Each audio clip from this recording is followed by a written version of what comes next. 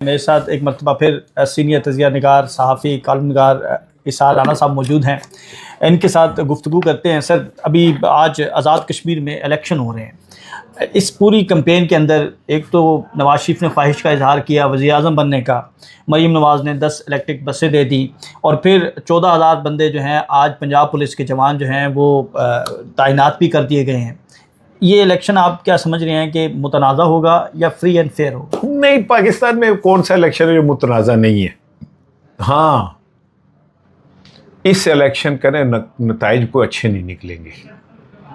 उसकी रीज़न ये है कि पाकिस्तान के अंदर जो छोटे सूबे हैं उनमें पहले ही एहसास महरूमी है कि पंजाब ना हर चीज़ को डोमिनेट करता है। अब जिस तरह इलेक्शन हुआ है आज़ाद कश्मीर का, जिसके अंदर नवाज शरीफ एक सूबे की वज़ीर आला मरियम खुद जाके इलेक्शन लड़ रही थी और इलेक्शन कमीशन ने पीपल्स पार्टी की दरख्वास्त के बावजूद उस पर एक्शन नहीं लिया। अब आप बता रहे 16,000 पुलिस वाले वहाँ होंगे, तो ये तो पंजाब का इलेक्शन हो गया। आज़ाद कश्मीर का इलेक्शन नहीं हुआ, ये पंजाब का हुआ। और कश्मीरी आजकल वैसे ही बहुत ज़्यादा वो टची हुए हैं। आप आग के साथ खेल रहे हैं और मुझे नहीं पता क्यों खेला जा रहा है। मुझे नहीं पता कि क्यों लोगों के जहन में ये बात नहीं आ रही कि ऐसा हमें नहीं करना चाहिए, लेकिन वो कर रहे। 10 बसें उन्होंने यहाँ से भेज दी। मैं पंजाबी हूँ, मेरे क्या नाम है पैसों की वो बसें हैं यार, मेरे टैक्सों की है। आप कैसे दे सकते हैं किसी को? मतलब आप क्या मलका आलिया है क्या? अपनी मर्जी से जहां मर्जी जो मर्जी कर दे, खर्च दे। लग तो मलका आली रही है ना जिस तरह हो रहा है। हाँ, और आपको मैं एक बात बताऊं, इस सब कॉन्टिनेंट में ना मुगलों के बाद सबसे तवील हुकूमत जो है ना वो शरीफों की है। बिल्कुल ठीक है। मुगलों की हुकूमत भी इतने कंटिन्यूटी से नहीं हुई जितनी सब कॉन्टिनेंट में शरीफों की हुकूमत हुई। बिल्कुल। आप शुरू हो जाए 80s से और आज आ जाए, ये 50 साल बनते हैं ऑलमोस्ट। 50 साल से शरीफों की हुकूमत है पाकिस्तान में किसी न किसी शक्ल में। बिल्कुल।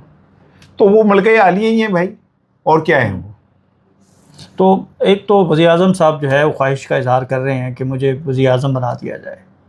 अब वो आज़ाद कश्मीर के ही कहते हैं बना दो, और कहीं नहीं। तो वो ना मुल्ला नसीर सो रहे थे तो ख्वाब में उन्होंने देखा कि उनके पास एक मुर्गी है और वो बेच रहे हैं। तो वो कह रहे हैं कि मैं इसके मुर्गी के 10,000 लूँगा। तो ग्राहक जो है ना वो कह रहा है नहीं, मैं 3,000 दूंगा। तो बहस हो रही है। तो इतने में शोर हुआ, उनकी आँख खुल गई। तो उन्होंने देखा ना मुर्गी ना गाहक ना कुछ। तो मुल्ला नसीर ने आंखें बंद करके कहा कि चलो फिर 3,000 ही दे दो। मियाँ साहब को की आँख खुली। पहले जब वो ख्वाब देखा कि मैं चौथी दफ़ा वज़ीर आज़म बनूंगा, उन्हें लाया गया, उनके जलसे कराए गए। उसके बाद जब उनको की आँख खुली तो उन्हें पता चला कि वो वज़ीर आज़म नहीं बन सकते। उनको ये मतलूबा सहूलत मैसर नहीं है। इस्टेब्लिशमेंट ने हमेशा के लिए उन पर कांटा लगा दिया हुआ है। ठीक है।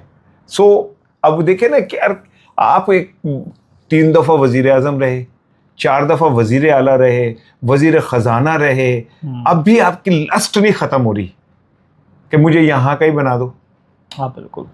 टर्नआउट आज आपको क्या दिख रहा है कि कश्मीरी वोट डालने के लिए निकलेंगे? बहुत कम टर्नआउट होगा, मैं आपको एडवांस बता रहा हूँ। मुझे नहीं लगता वो, क्योंकि वहाँ पे there are so many factors are involve. Kashmir action committee अपनी जगह, पीटीआई का वोट बैंक बहुत बड़ा अपनी जगह, ठीक है। इस सिस्टम से बददिल हुए लोग अपनी जगह, ठीक है। और जब आपको साफ नजर आ रहा हो कि एक पार्टी को आप जिताने के लिए सब कुछ कर रहे हो तो लोगों का इंटरेस्ट वैसे खत्म हो जाता है। आपको चाहिए नहीं था कि वो इस इलेक्शन में हिस्सा लेते, उन्होंने क्यों बाइकआउट किया है? वैसे तो ये नून लीग को उन्होंने एक वो दे दिया ना, क्या कहते हैं, वॉक ओवर दे दिया। लेकिन मेरा ख्याल है कि तहरीक इंसाफ ने अपनी फ्यूचर की सियासत मजबूत की है। एक्शन कमेटी वाले ही असल कश्मीरी है ना वहाँ के। तो आज अगर ये इलेक्शन हो भी जाए तो जो नेशनलिस्ट है वहाँ के वो किसी और तरह सोचते हैं। इस मौके पे पीटीआई उनके साथ खड़ी हुई है। पीटीआई ने उनके साथ जो इल्हाक किया है वो मैं समझता हूँ पाकिस्तान के फ्यूचर के लिए भी बड़ा इंपॉर्टेंट था। अच्छा। ताकि उन्हें ये एहसास कमतरी ना रहे कि हम अकेले, हमारे साथ कोई है ही नहीं। इस्तेकाम पार्टी बड़ा जलसे कर रही थी और वज़ीर आज़म भी कह रहे थे कि हमारा बनेगा, बीच में अचानक ही गायब हो गए। उन्हें तो वज़ीर आज़म अपने हल्के नहीं बढ़ सके। वो बेचारा एक बंदा शहीद हो गया फायरिंग से। लेकिन मुझे ऐसा लगता है कि जो हमारे मनसूबा साज है ना, उन्होंने हर जगह चेक एंड बैलेंस अपना बना दिया।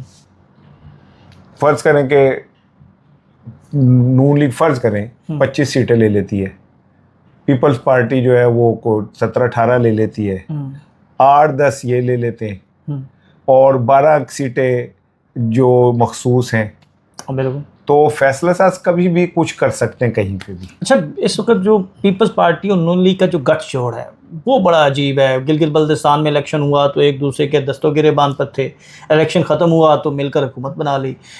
आज़ाद कश्मीर में भी हम यही सूरत हाल देख रहे हैं। राना सनाउल्लाह बयान देते हैं 3,000 अरब 3,500 अरब करप्शन की बात करते हैं, तो अगले दिन वो साफ़ी सवाल करता कहना जी तुसी होंदे कौन हो पुछन वाले। ये क्या हो क्या रहा है? एक्चुअली ना ये एक जबरी निकाह है जिसमें दोनों को बड़ों ने ये बताया कि यार तुम लड़ो मरो, तुम्हारा निकाह रहना चाहिए, घर में रहना चाहिए। बीवी रोज़ कहती है तू शराबी है, तू डाकू है, तू ऐबी है, तू फ्रॉडिया है, लेकिन उसे खुला नहीं ले सकती। पीपल्स पार्टी चाह के भी कुछ नहीं कर सकती, और पीपल्स पार्टी तो असल बेनिफिशरी है इस सिस्टम की। गालियाँ पड़ती है शहबाज शरीफ को, मौजे करते हैं वो।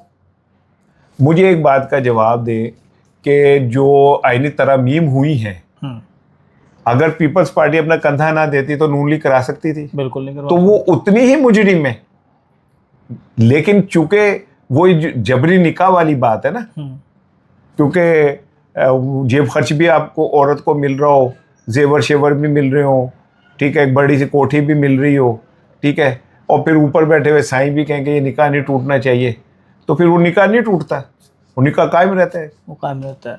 मुनीर फारूक साहब जो हैं वो ये ख़बर दे रहे हैं कि इमरान खान की सियासत जो है ख़त्म हो चुकी है और अब आईनी अदालत से जो फैसला आएगा वो बिल्कुल ये साबित कर देगा, मोहर सब्त हो जाएगी। आप क्या समझते हैं? तो ये तो जस्टिस अमीनुद्दीन को सोचना चाहिए कि अगर उनकी अदालती फ़ैसलों की क्रेडिबिलिटी ये रह गई है कि एक इस्टेब्लिशमेंट के करीब सहाफ़ी ये बता रहा है कि जी ये अदालतों में केस इसलिए गया है, तो फिर आईनी अदालतों को अपनी क्रेडिबिलिटी के ऊपर गौर करना चाहिए।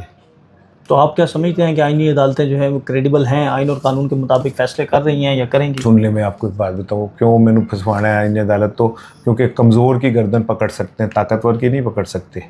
जब वावडा ने कहा था कि इन जजों को मैं सरों के फुटबॉल बना के खेलूंगा, तो उसका कुछ नहीं बिगड़ा था।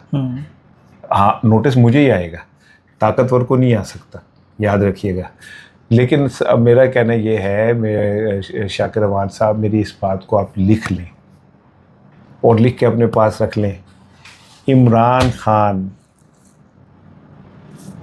इतनी बड़ी ही हकीकत है, जितने ये मेरे हाथ मुझे नज़र आ रहे हैं ना, ये इतनी बड़ी हकीकत है।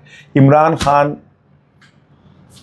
को अगर खुद अब इमरान खान चाहे ना कि मैं माइनस हो जाऊं तो नहीं हो सकता। अच्छा, इमरान खान इतनी बड़ी हकीकत बन चुका है कि 4.5 साल के आपके तमाम तर उसके बावजूद मीडिया आपके साथ, मीडिया के ऊपर बैठे हुए वो जो ज़मीर फरोश एंकर्स हैं वो आपके साथ, वो ज़मीर फरोश यूट्यूबर्स वो आपके साथ, इमरान खान वहीं कायम है। ठीक है, इसलिए कि मेरा ये यकीन है कि जिसको अल्लाह इज़्ज़त देता है ना, उसको नहीं ख़त्म कर सकता।